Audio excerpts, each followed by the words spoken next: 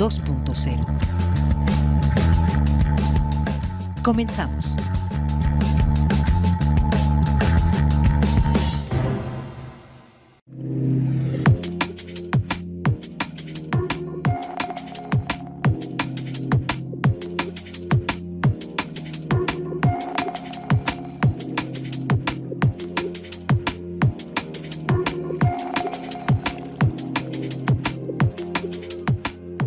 Hola, ¿qué tal? Qué gusto que continúen acá en Radio Universidad de Guadalajara. Bienvenidos ahora a Cosa Pública 2.0, este espacio donde preparamos una selección con los temas sociales y políticos que nos parecen más urgentes en la muy amplia agenda informativa este día. Y se lo compartimos con un análisis crítico de la realidad en la que nos encontramos transmitiendo en vivo este jueves 30 de octubre del año 2025. Hoy vamos a hablar de varios asuntos. Por supuesto, en la primera parte del programa les vamos a ofrecer un balance de lo que queda de estas históricas protestas de productores de maíz a lo largo del país. El balance, detalles de los acuerdos, las pérdidas también económicas que reportan algunos sectores empresariales, pero también otros detalles que tienen que ver con los claroscuros, digamos, que hay en la situación de cómo son afectados los pequeños productores, sobre todo con las lógicas del mercado. Y en todo esto, por cierto, pues todavía se reportaba que en el caso del estado de Morelos se mantenía allá en algunos puntos, en algunas vialidades, la protesta de parte de los agricultores. Pero vamos a dedicar buena parte del programa de hoy a enfocarnos a estas agresiones que está llevando a cabo el gobierno de Donald Trump en contra de diferentes países de América Latina. Les hemos estado comentando a lo largo de los últimos días cómo se han incrementado los ataques contra embarcaciones, ya no solo en el Caribe, sino también en el Pacífico. Se acerca, digamos, estas agresiones a nuestro país, a México, pero el foco sigue siendo, me parece, la situación en Venezuela y en Colombia, particularmente con las agresiones del gobierno de Trump contra el presidente Gustavo Petro. Y para hablar, digamos, de todo esto que está ocurriendo a nivel de nuestra región y en particular allá en Venezuela y Colombia, vamos a tener un contacto con Manuel Rosenthal.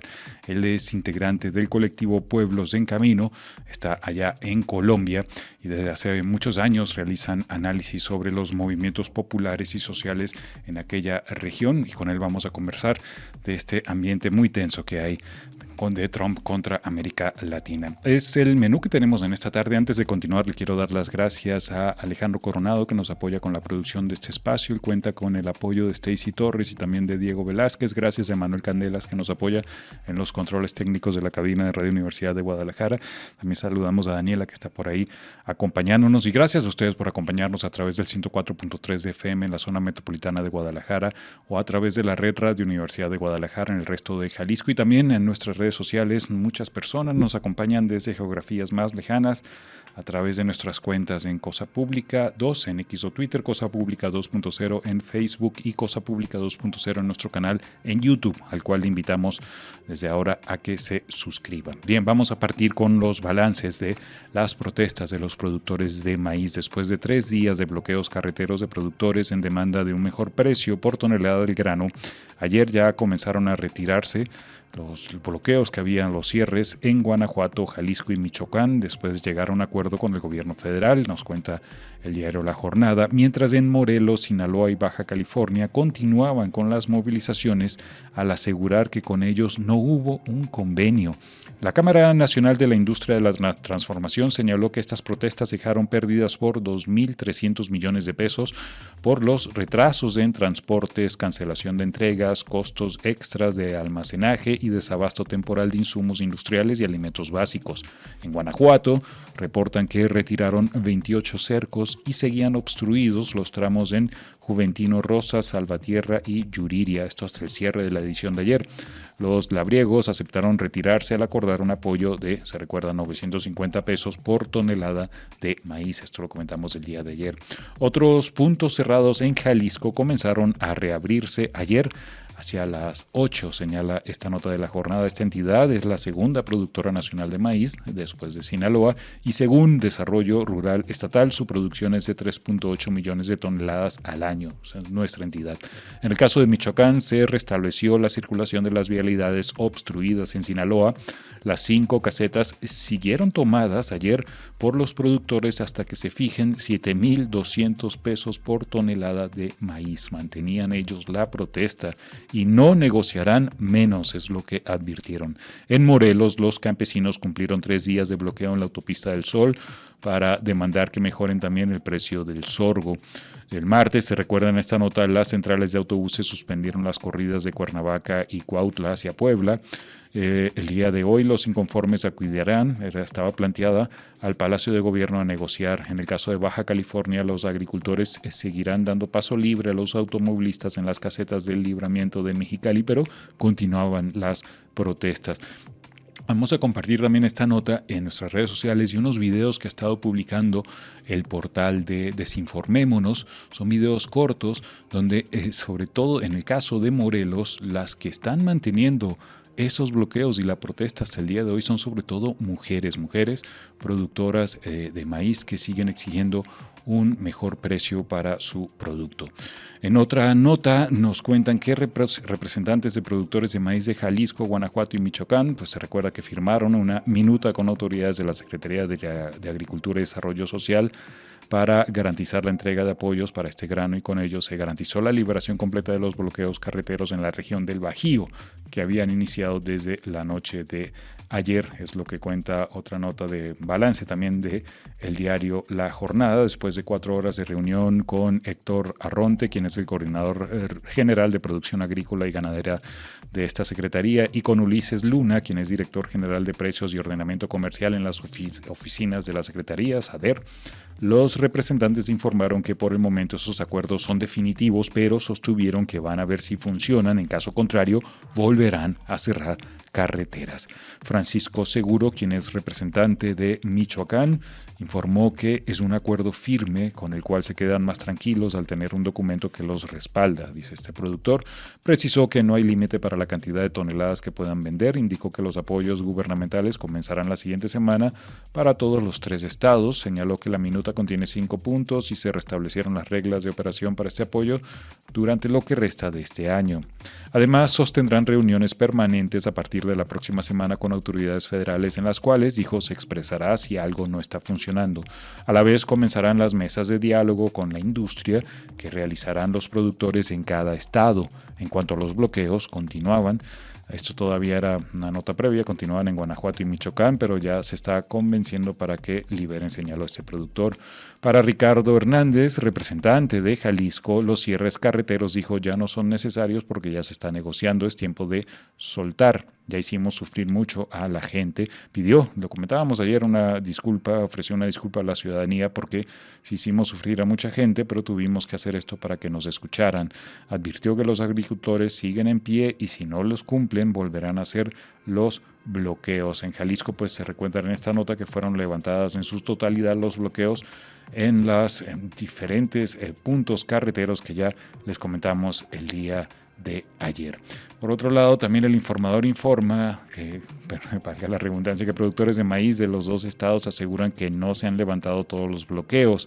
Luego de que la madrugada de este jueves 30 de octubre anunciaron que se levantaba el paro y se liberaban las vías tomadas, los productores aclararon que no se han levantado todos los bloqueos. Los compañeros de Guanajuato y Morelos siguen firmes y su lucha es la nuestra. Eso es lo que dijo el Movimiento Agrícola Campesino al referir que permanecen los bloqueos en 10 puntos carreteros, y esto es al día de hoy, pero enfocado entonces en Guanajuato y en Morelos, como les comentaba. Este movimiento calificó como supuesto, entre comillas, el apoyo que alcanzaron de 950 pesos por tonelada de maíz tras haberse reunido con las autoridades federales en la Secretaría de Gobernación. Dicen, ¿por qué seguimos? Porque un apretón de manos no soluciona la crisis, señalaron. Por la mañana los productores habían dicho que la liberación de las vías tomadas y el levantamiento del paro eran acciones en señal de buena voluntad y con la intención de abrir los canales que se han cerrado. Queremos ser muy claros con todos ustedes, señalaron. Esto no es el objetivo final, pero sí es el inicio. Enfatizaron en este sentido que los 950 pesos que ofrecen las autoridades por tonelada no son un acuerdo, sino una imposición que no soluciona nada.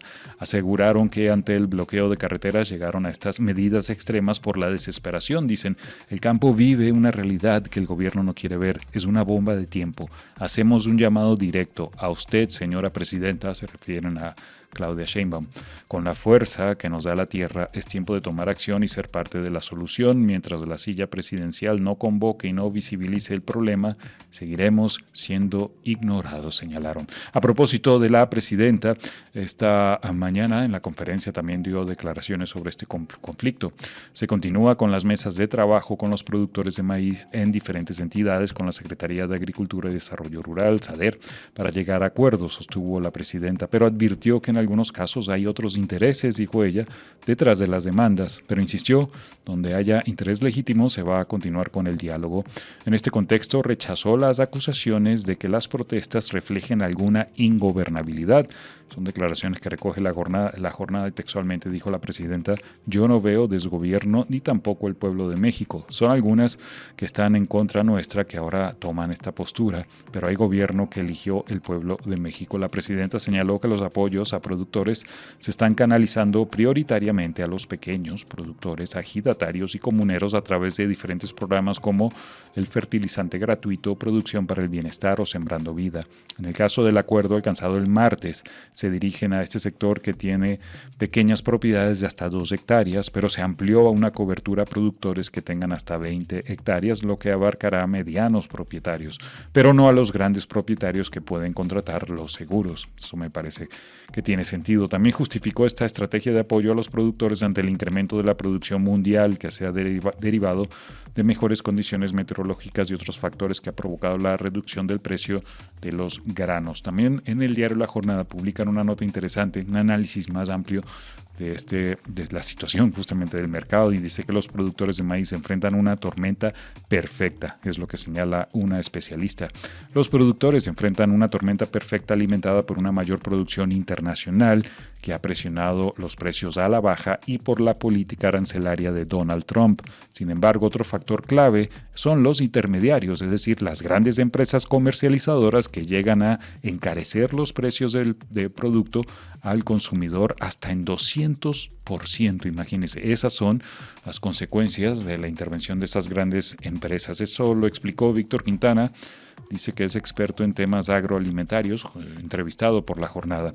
Señaló que la crisis actual en el agro, sobre todo en el maíz, difiere de la de hace 30 años, pero también es resultado de las políticas agrícolas neoliberales del pasado que favorecieron el crecimiento de conglomerados agroindustriales, concentrándose en grandes productores y comercializadores y abandonando al productor. En esta ecuación, dijo, las grandes comercializadoras se adueñaron del mercado. Los intermediarios, es decir, las industriales de la masa y la tortilla, están ganando mucho, hablando de un margen de intermediación a veces de hasta 200%. Los grandes acaparadores, comercializadores industriales siguen obteniendo márgenes obscenos de ganancia en perjuicio de productores y consumidores. Dice, Maseca, Minsa y Cargill concentran alrededor de 87% de las compras de maíz. Impresionante, tal como hemos comentado en estos días. Vamos a hacer la primera pausa, vamos a la entrevista, acompáñenos.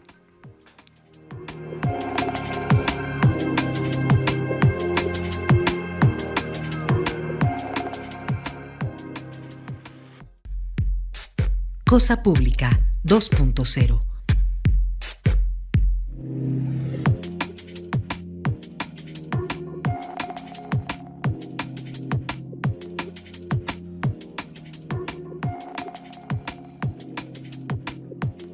Seguimos en Cosa Pública 2.0. Muchísimas gracias por continuar con nosotros. Antes de entrar a la entrevista, le compartimos información que tiene que ver con la crisis por desaparición de personas. La Fiscalía del Estado no tiene denuncia ni carpeta de investigación por la desaparición de Eduardo González Bautista, de 35 años, quien cuenta con una ficha por desaparición emitida por la Comisión Estatal de Búsqueda. El jueves comenzó a circular un video en el que Eduardo González Bautista, quien desapareció el 22 de agosto en Ocotlán, lee un texto en el que asegura trabajar para un grupo delictivo en los municipios de Villa Hidalgo y Tocaltiche, además de que recibe protección de autoridades estatales y de ambos municipios, nos cuentan los compañeros de El Occidental. Sin embargo, la dependencia estatal no ha recibido denuncia por parte de los familiares, así lo dijo la vicefiscal en personas desaparecidas, Blanca Jacqueline Trujillo. Dice entonces, de este video que mencionas en redes, hicimos un cruce, revisamos dentro del área y los resultados que tengo es que nunca tomamos conocimiento ni por la denuncia de la familia ni porque hubiese habido un primer respondiente que nos hubiera marcado. Entonces no hay investigación respecto a él aperturada. Obviamente básicamente estamos en la mejor disposición si la familia quiere acercarse para interponer alguna denuncia, dijo. En el video, el hombre de 35 años asegura que recibe protección de las autoridades estatales y municipales. Ya ha sido detenido en varias ocasiones por elementos de la Policía del Estado y la Policía Municipal de Teocaltiche y Villa Hidalgo, pero a los pocos minutos lo dejan en libertad después de que le mandan su foto a alguien.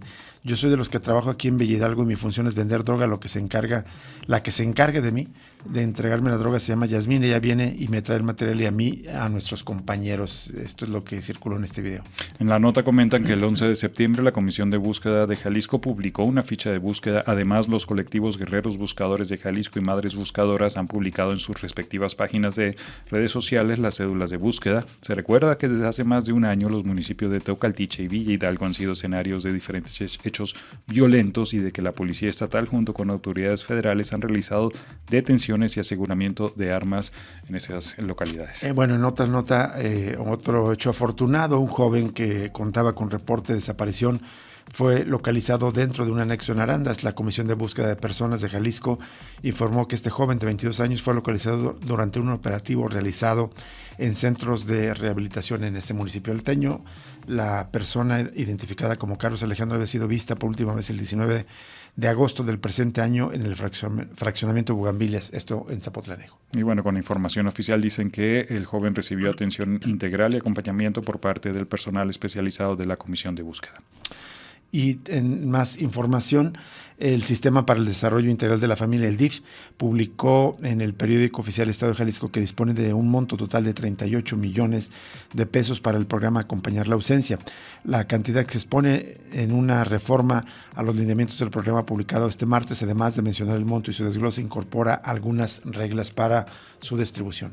Ahí cuentan que los 38 millones serán distribuidos de la siguiente manera: 13.6 millones para apoyos económicos por búsqueda activa, 9.1 millones de pesos para apoyo económico para manutención de hijas e hijos menores de edad de personas desaparecidas y 8 millones para contratación de personal para apoyar operativos y atención psicosocial en los municipios. Vamos ya a este enlace que tenemos en esta videollamada con Manuel Rosenthal hasta el Cauca, allá en Colombia. Manuel Rosenthal es un doctor y también es un activista que ha acompañado durante más de 40 años a los movimientos sociales y políticos, especialmente de Colombia, pero también en otras partes de América Latina y del mundo.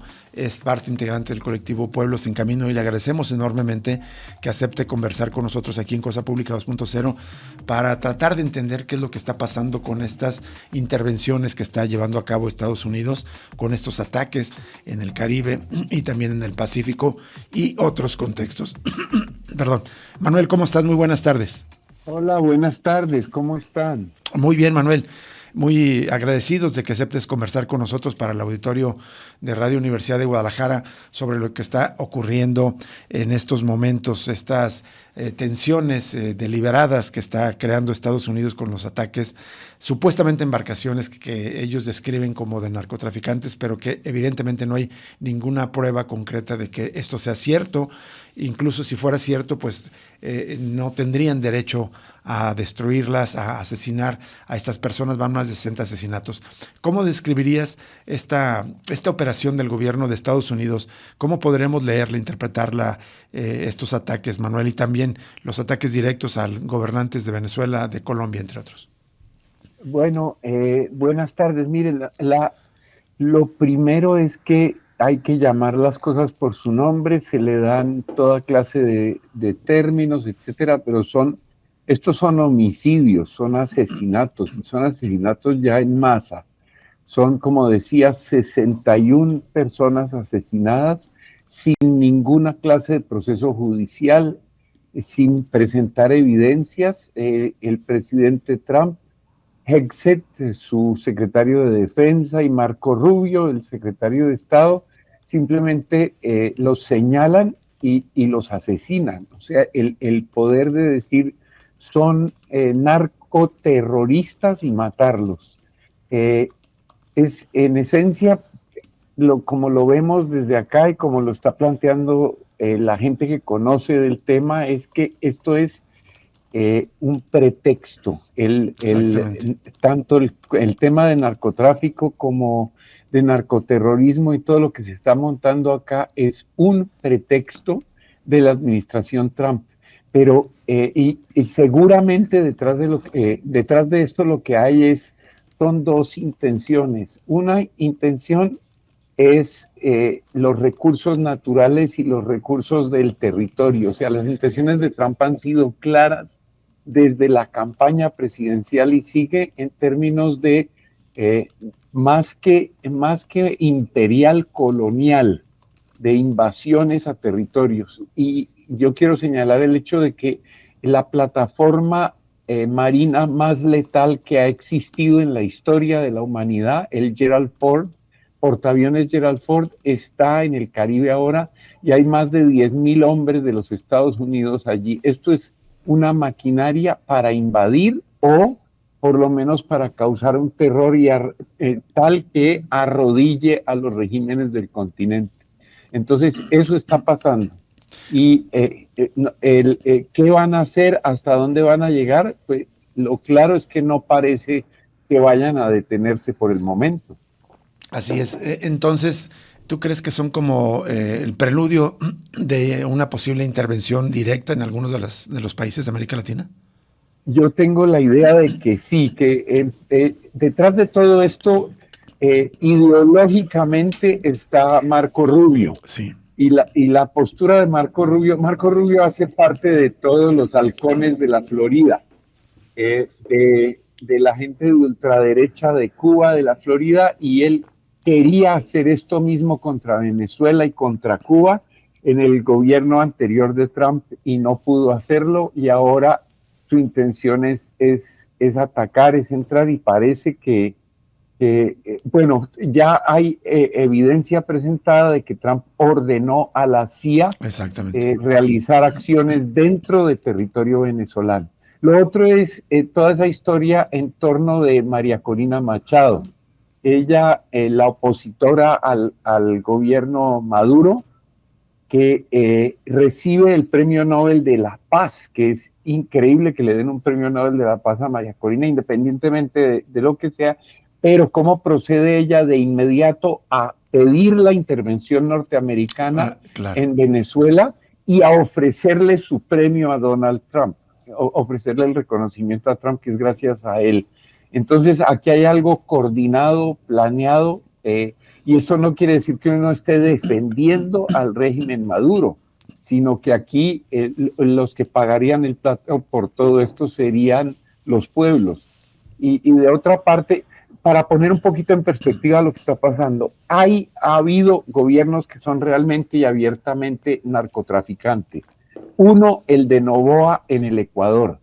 Está claro que la familia Noboa y Noboa mismo tiene que ver con las plantaciones de banano en la región de Manta y en el Pacífico. Está claro que la mayor parte del narcotráfico fluye desde allá y que las embarcaciones donde va banano sale el narcotráfico. Y está claro que Ecuador era un país en paz relativa al resto de los países del continente y que se convirtió en un país de guerra al narcotráfico, que es el modelo Álvaro Uribe.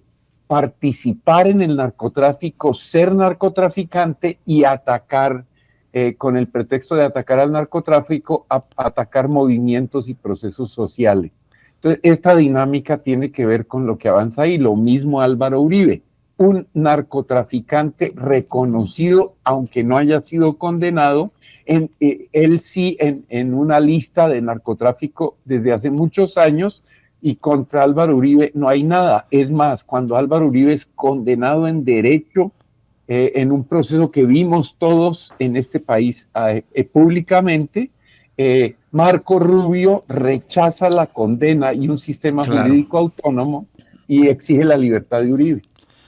O sea, ataca a Petro justamente y defiende a Álvaro Uribe, que sí tiene estos señalamientos. Exactamente. Y uno puede, no hay nadie en ninguna parte del espectro político, en ningún lado, que pueda acusar a Gustavo Petro de ser narcotraficante. No solo no lo es, sino que ha hecho su vida política, tanto en la insurgencia armada como después desde el Congreso, abiertamente en contra del narcotráfico, y ha sufrido todos los ataques por parte del narcotráfico. ¿Cómo explicarías, Manuel, que inicialmente, digamos, estos primeros operativos lanzados de septiembre, el despliegue, como ya decías, de varios navíos, de 10,000 hombres armados, de la embarcación de guerra más grande del mundo, el USS Ford, que está dirigiéndose hacia el Caribe, esencialmente se entendía como el preludio de una posible intervención en Venezuela. Pero ¿cómo entra Colombia en la ecuación? ¿Cómo ves por los ataques que el presidente de Estados Unidos, Donald Trump, empezó a dirigir a Gustavo Petro? Es que ya ha habido unas tensiones entre Petro y Trump desde febrero de este año. Sí. Pero antes de esas tensiones abiertas y públicas, los congresistas de la Florida y Marco Rubio han estado en coordinación con Álvaro Uribe y con la gente de ultraderecha y fascista en Colombia contra Álvaro Uribe. Hay que recordar algo, que la última campaña, sino la anterior campaña presidencial de Trump, la que perdió contra Biden, se descubrió que Álvaro Uribe Vélez envió recursos del gobierno de Colombia para apoyar la campaña presidencial de Trump. Uh-huh. Entonces aquí hay una articulación y una coordinación de la ultraderecha colombiana con Marco Rubio y los otros. Entonces tenían que meterlo, querían meterlo y usaron como pretexto uno, en febrero, el rechazo por parte de Petro a que enviaran colombianos deportados en cadenas en aviones a Colombia. Y él rechazó los vuelos, los hizo devolver e hizo que los enviaran de vuelta deportados, pero no encadenados. Luego el rechazo abierto de Petro al genocidio en Gaza, que fue tal vez el primer líder mundial en hacerlo abiertamente. Y por último, el discurso tanto en Naciones Unidas como en las calles de Nueva York de Petro contra el genocidio que apoya Trump y llamando justamente a los soldados de los Estados Unidos a no obedecer órdenes de genocidio porque serían responsables ellos, no quienes dieron las órdenes. Entonces ya venía montándose toda esta estrategia. Así es. Eso es lo que hay detrás. ¿Qué tal, Manuel? Te saluda Jesús Estrada. Un gusto saludarte, aunque lamento que sea en esta situación tan tensa. Muchas gracias. Hola, Jesús. Un fuerte abrazo hasta allá. Oye, Manuel, quería hacerte algunas preguntas. Una es, en el caso de Venezuela, claramente hay una parte de la población, sobre todo la opositora y la cercana al pensamiento de derecha, pues que ve con buenos ojos una posible intervención de Estados Unidos para tumbar al gobierno de Maduro. En el caso de Colombia, ¿se siente algo similar, alguna simpatía de los sectores de derecha o cómo está el ambiente entre la población ante estas agresiones? Sí, ha sido absolutamente perverso. Hace meses cuando como consecuencia del rechazo de Petro a la deportación de que mencionaba antes, uh-huh, la reacción de gente de los gremios económicos, de la ultraderecha, que recordemos en Colombia no solo es intolerante, sino que está involucrada en paramilitarismo, en acciones de terror. La reacción fue de enardecida contra Petro y de apoyo a una intervención militar, de modo que eso está ahí, existe. Ahora, la mayor parte Petro moviliza masivamente gente y respaldos populares, pero sí hay, por ejemplo, el alcalde de Medellín y el alcalde de Cali, que son el de Medellín absolutamente alineado con Uribe y la ultraderecha, y el de Cali de la familia Eder, que fue el primer cónsul de Estados Unidos en esta región, en el Valle del Cauca, y que son los dueños de los ingenios de azúcar y los esclavistas que lo siguen siendo de manera encubierta, viajaron a los Estados Unidos específicamente a pedirle al gobierno de los Estados Unidos, se reunieron con Rubio para que se coordinara este tipo de acciones contra Petro, y Petro los descubrió y los atacó públicamente. Entonces sí existe eso. Ahora, para mencionar un poco lo de Venezuela, que conoces perfectamente, sí, aquí hay una situación muy complicada, y es el hecho de que el rechazo por parte incluso de sectores populares en Colombia algunos, aunque divididos, al gobierno Maduro, al régimen Maduro, sobre todo a partir de las elecciones, pero con el creciente hecho de las violaciones a derechos humanos y la represión tremenda, que genera esas condiciones tan difíciles de abiertamente rechazar la intervención de los Estados Unidos y al mismo tiempo no poder conectar con el régimen Maduro. Eso complica la situación tremendamente porque la gente, tanto de este lado de la frontera como de ese, hay cada vez más gente que está harta con ese régimen, pero que no acepta la intervención de Estados Unidos. Exacto, eso quería preguntarte. Mi otra pregunta es, en el caso de una agresión, de una intervención, ¿cómo sería la resistencia? En el caso de Venezuela y en el caso de Colombia. Yo en Venezuela, me imagino, probablemente Trump está apostando a que una parte de las Fuerzas Armadas se levanten contra Maduro y apoyen una intervención, pero yo creo que una parte va a permanecer, digamos, fiel al apoyo a Maduro y al pensamiento chavista. Ha armado buena parte de la población, Nicolás Maduro, formó estas milicias populares, hay armas, digamos, en los sectores populares. En el caso de Colombia, digamos, ¿cómo sería una resistencia en caso de una eventual intervención? ¿Y tú crees que habría una intervención, no sé, primero en un país, luego en otro, o sería simultáneo? ¿Cómo sería este posible escenario?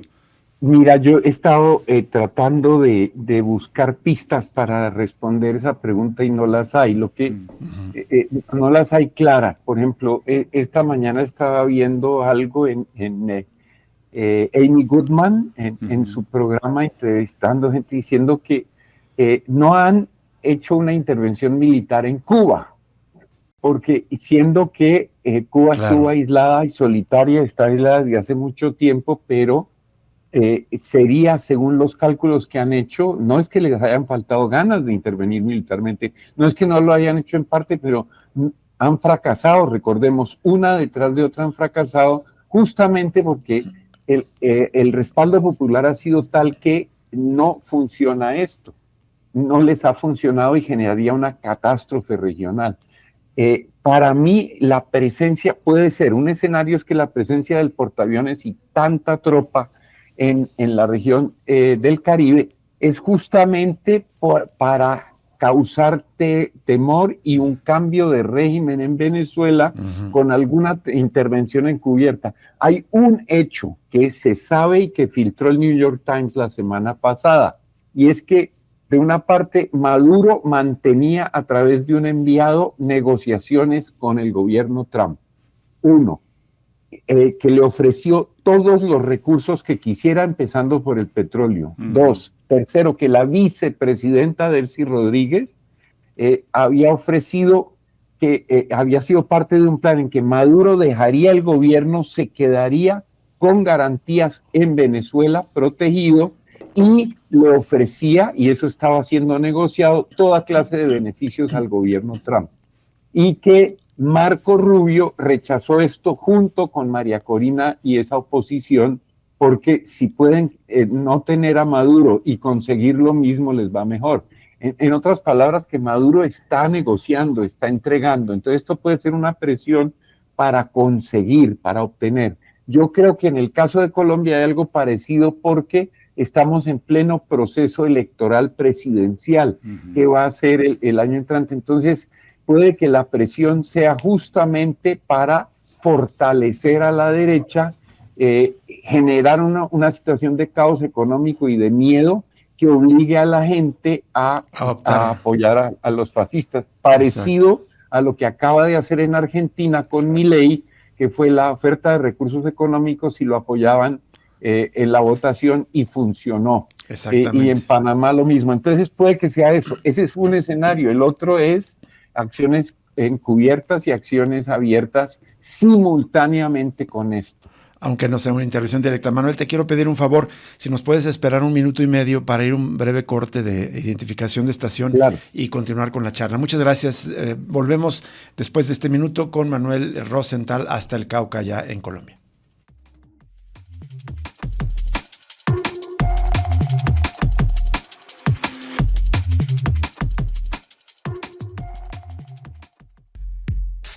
Cosa Pública 2.0.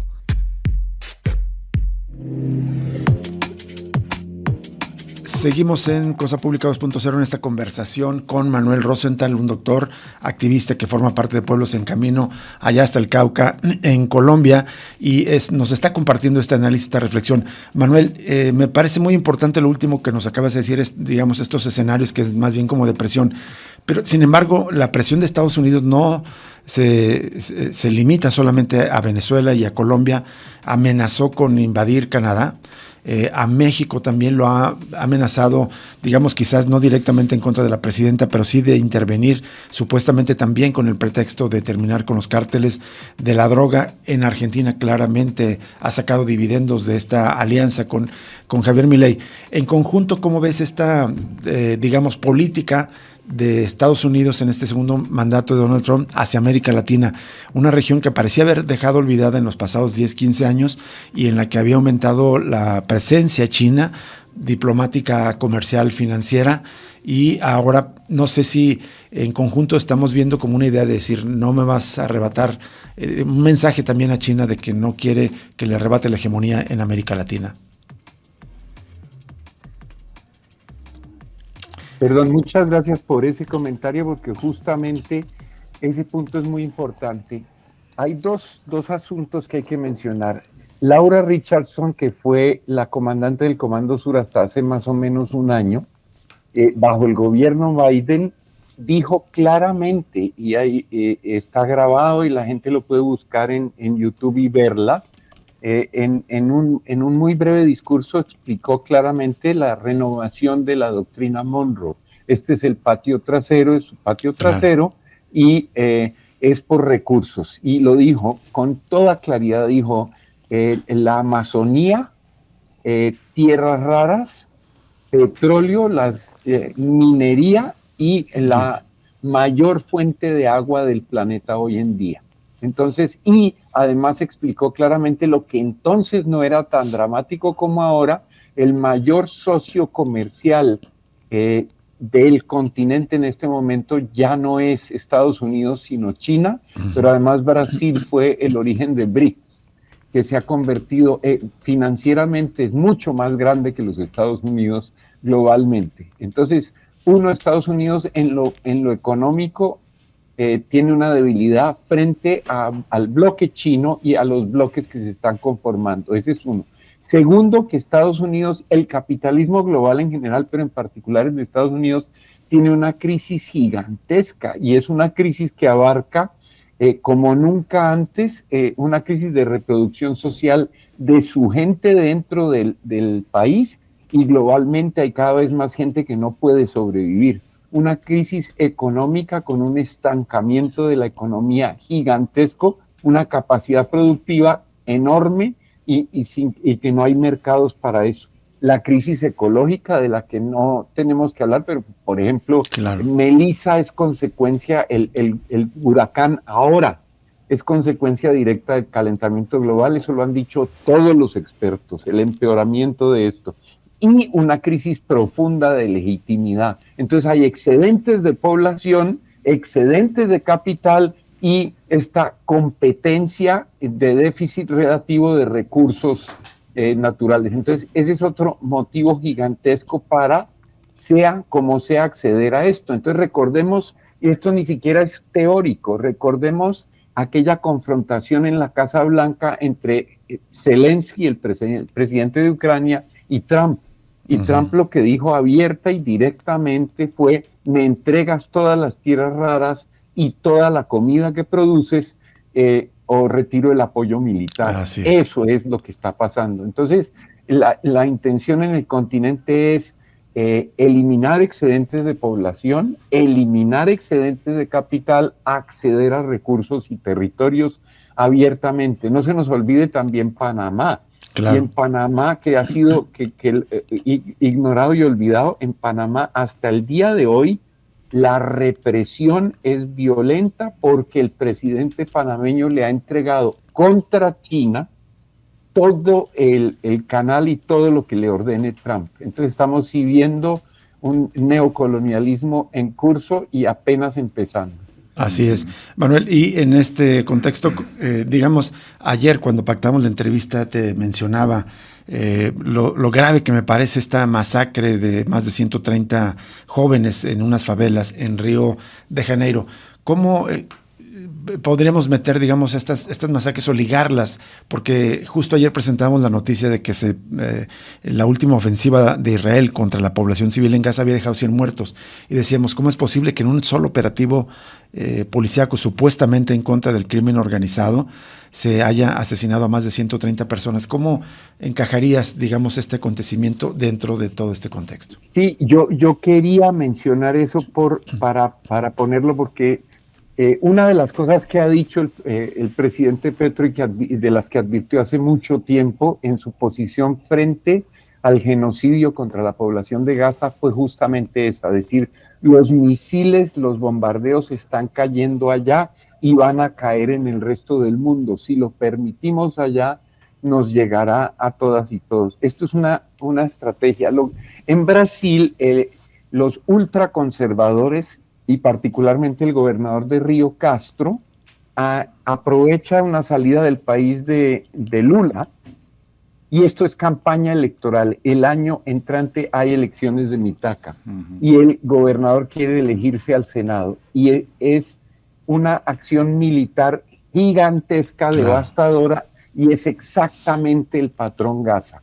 Es exactamente el patrón del Caribe y del Pacífico con los asesinatos, es una masacre más. Pero voy a dar un antecedente que creo que es muy útil. En el 2002 en Colombia, siendo presidente Álvaro Uribe, reconocidamente narcotraficante y además vinculado a paramilitares, etcétera, organizó con el Ejército de Colombia lo que se llamó la Operación Orión en Medellín, en la Comuna 13, una favela, la más empobrecida de Medellín. Entró a esa favela con el pretexto de que había insurgencia armada en la favela, y bajo la orientación y con la guía de paramilitares, el ejército masacró una cantidad de gente enorme y desapareció mucha gente, y ni siquiera se sabe hasta hoy cuánta gente. Así es. Esto fue denunciado públicamente, y es más, se dijo que en La Escombrera, un sitio donde se botan escombros en esa comuna, habían enterrado gente que asesinaron a mansalva. Una persona sobrevivió a esta masacre, se escapó y denunció que esto había sucedido. Gracias a esa persona se supo, y las mujeres de ese barrio y de Medellín, desde entonces hasta hoy, 23 años, han denunciado que ahí están, y el gobierno ha negado, con el apoyo del Pentágono y de los Estados Unidos, que eso se hizo, que eso se cometió. Y desde hace 2 años se están encontrando por fin cuerpos en La Escombrera, y este país está lleno de pintas que dicen las cuchas tenían razón. Entonces, este tipo de estrategias, este tipo de agresiones en las que, digámoslo así claramente, en Israel hay un gobierno tiránico, asesino, autoritario. En Estados Unidos lo hay también.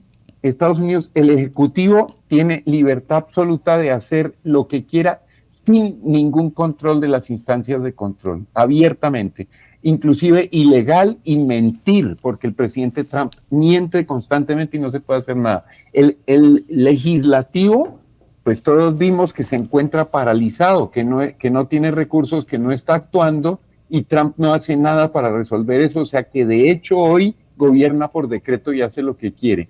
Y el Poder Judicial, quien quiera que se oponga a Trump o lo juzgue o trate de condenarlo por lo que está haciendo, es perseguido y es castigado. Es decir, estamos ante una tiranía que tiene, todas estas tiranías tienen un componente. Aquí en Brasil Bolsonaro, y aquí Álvaro Uribe, y el componente es señalar y masacrar. Lo que pasó en Brasil ayer es exactamente el patrón que vamos a ver, un patrón de, por la vía del terror, eliminar a los que le sobran. El genocidio que ha habido desde el comienzo de la modernidad nunca se ha detenido, es el mismo genocidio, y es lo que Lindquist llamó el exterminio de los brutos.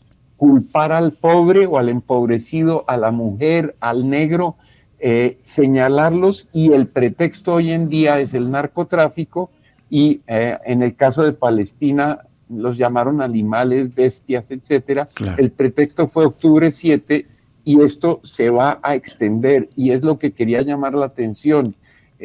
Ya estamos frente a regímenes globales asesinos que se están extendiendo y que son una amenaza para todas y todos en todas partes. Terrible, Manuel. Y quería preguntarte finalmente a nivel de elecciones. En los últimos años, el Sudamérica, pues en general se ha corrido más hacia la derecha o se ha consolidado la derecha, como en el caso de Argentina recientemente. Los países andinos, Bolivia, Perú, Ecuador, pues en la derecha. Comentabas que vienen elecciones el próximo año en Colombia y ya Trump, buena parte de estas acciones que está haciendo pues, pueden obedecer esa lógica de intervenir y presionar en contra del gobierno de Petro. También hay elecciones a finales de este año en Chile y el próximo año presidenciales en Brasil. ¿Podríamos pues, quizás esperar ese tipo de presiones de Trump para completar, digamos, un cuadro de Sudamérica completamente hacia la derecha en cuanto a gobiernos? Sí, está buscando gobiernos absolutamente serviles. En el caso de Chile, la misma izquierda chilena, en distintos análisis y textos, asume que va a ganar Katz, que va a ganar la derecha. Ahí está claro. En el caso de Brasil, falta tiempo, pero vienen las elecciones de Mitaca, y este tipo de acciones de guerra lo que generan es terror intencionalmente para que la gente pida orden, y el orden es lo que promete la derecha. En el caso de Ecuador lo vimos, Noboa ganó con fraude, pero el fraude de Maduro se reconoció y se ataca. En cambio, el fraude de Noboa se encubre, y el pueblo de Ecuador estuvo en un levantamiento el más largo de su historia hasta la semana pasada. Entonces, sí, lo que se viene es eso. Se viene un apoyo abierto a la ultraderecha, fascismo en el continente, entrega de recursos y de territorios, hace parte de esta ecuación. Pero yo sí quiero mencionar algo. Sí. En el caso de Colombia, por ejemplo, vimos un referendo, una consulta de la izquierda el pasado domingo 26 de octubre. Cuando ha votado mucha gente en un referendo en Colombia, votaron 600, 700 mil personas antes. Esta vez, un solo candidato de la izquierda, Iván Cepeda, que es abiertamente, legalmente, un enemigo y una víctima de Álvaro Uribe, pero un hombre muy formado, muy cuidadoso, basado en programas y demás, consiguió más de 2,5 millones de votos. Muchísimo. Y aquí hay un fenómeno social que no se había visto en Colombia, que es el rechazo abierto a amenazas, a ataques públicos, y hay como una fuerza surgiendo allí. Entonces, estamos en un momento en el que, como lo leemos en la región, lo mismo en la Argentina, aunque hayan votado por Milei, seguramente por miedo a perder recursos, al mismo tiempo estos gobiernos son cada vez más ilegítimos, son cada vez más minoritarios, y aún dentro de Estados Unidos están enfrentando movilizaciones populares y sociales, y lo que estamos viendo es que estas están aumentando. Los levantamientos en Estados Unidos para No Kings fueron absolutamente masivos, fueron millones de personas, y eso mismo pasó en Ecuador durante más de un mes. Entonces, mi predicción es que en un contexto difícil, lo que Trump está generando con todo esto, y Rubio también, metidos como están mirando hacia su ombligo y hacia su poder, además de la crisis económica que tienen, están fomentando la angustia y la desesperación de los pueblos, que puede tirarse al fascismo o puede, por el contrario, movilizar a la gente que no tenga ya nada que perder en contra de esto. Creo que estamos ahí, y que los próximos meses nos van a decir mucho. Así es. Manuel, pues se nos agotó el tiempo, lamentablemente, pero te agradecemos enormemente tu disposición para conversar con nosotros, y si nos permites próximamente volver a establecer contacto contigo para actualizar el análisis. Claro, con mucho, y solo quería mencionar una palabrita para decirles, el tema de los territorios criminales en este continente y las mafias en este continente articuladas al norte y la transferencia de recursos al norte a través de mafias internacionales y transnacionales, es un tema que es muy importante en todo esto porque por detrás y por debajo se está moviendo algo muy, pero muy grande, articulado a Rubio y a todo esto. Lo conversamos en el próximo enlace, si nos permites. Muchísimas gracias, te mandamos un saludo y un abrazo hasta allá, hasta el Cauca. Gracias. Muy amable. Jesús, saludos a todos. Y nos vemos. Gracias. Chao. Vamos a la pausa y regresamos para cerrar Cosa Pública 2.0 esta tarde. Cosa Pública 2.0.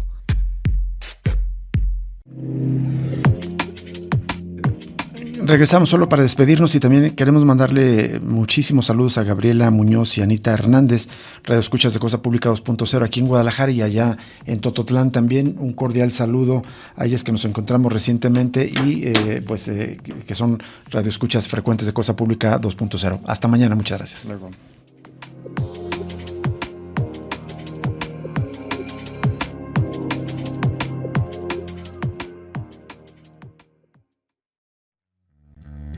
Radio Universidad de Guadalajara presentó